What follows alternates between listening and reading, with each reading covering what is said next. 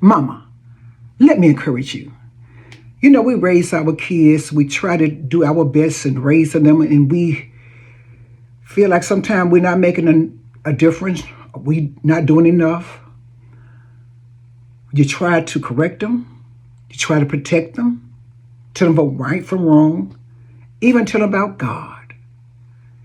Yet sometimes they look at us and feel like they're not paying us any attention, right? But I want to remind you, they listening and they can remember a lot of things that you do, and they remember a lot of things that they see in us. As I approach my birthday this weekend, I'm beginning to think about my parents and my grandmother. I'm beginning to think about these are the people that introduced me to Jesus. I thought about my dad, how he would pray daily on his knees about us, his family, how he would study the scriptures and making sure that he read his word as much as possible.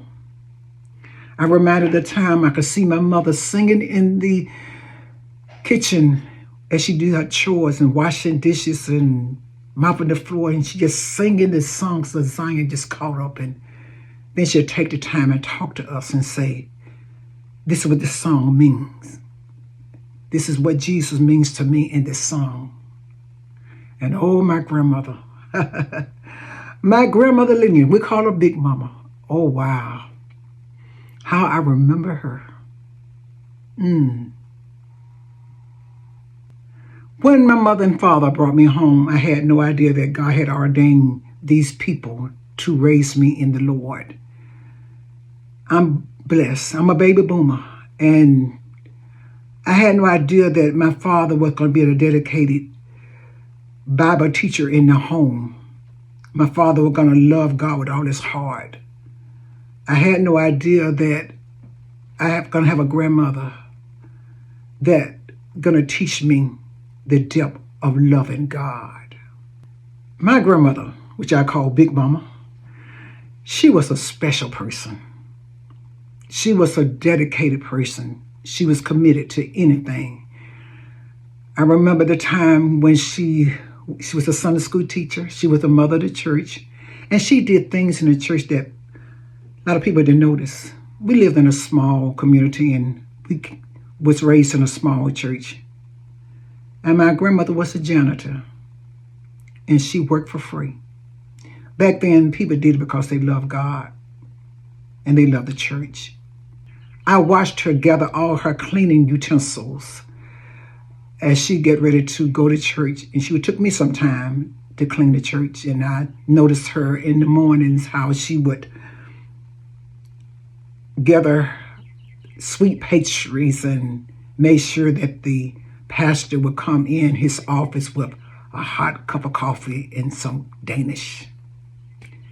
She did it because she loved God. She did it because that's what she thinks she should do. That was one of her duties as being a part of the church and the community. But all the times I remember her, I would spend a night with her several times, and we had Bible study at her home. And because she was the Sunday school teacher, she would expound the word of God. And when she would talk about God, I don't care if we on the porch or in the bedroom, I watched her lift up her eyes and just talk about God with tears just running down her face. She talked about him with so much love and compassion. It's like my parents made me crave for God. I long to be like that. Yeah, they introduced me to God, but they made me want to love God, because I've seen many miracles that my father prayed in at home and my mother prayed over me. I've seen how they love their neighbors and show love to them and be there for them and praying with them and labor with them in prayer. I've seen all of that. And because what I watched them do, I fell in love with Jesus. There was my examples. There was my example every day. They was real. What they lived in at home, they lived in the community. They was pillars of the community because the love of God they had for one another. I want to encourage you, mothers. Don't get weary in well-doing. Just keep on praying. Let them see you pray. Let them see you read your word. Let them see you fast and pray. Let them see you be a light to them. Leave them something that they can say, Mom was a praying woman. Mom prayed for me. Your prayers matter. Your life in Christian life in front of them matters. I thank God for my mother and my father because they really was great examples for me. After all these years, I can still remember. My brothers, we can still talk about it. We can reminisce the goodness of God, how God's presence stayed in our home because I had a praying mama. I had a praying father and my grandmother, a warrior, a prayer warrior. I want to thank you, Mom. I want to thank you, Dad.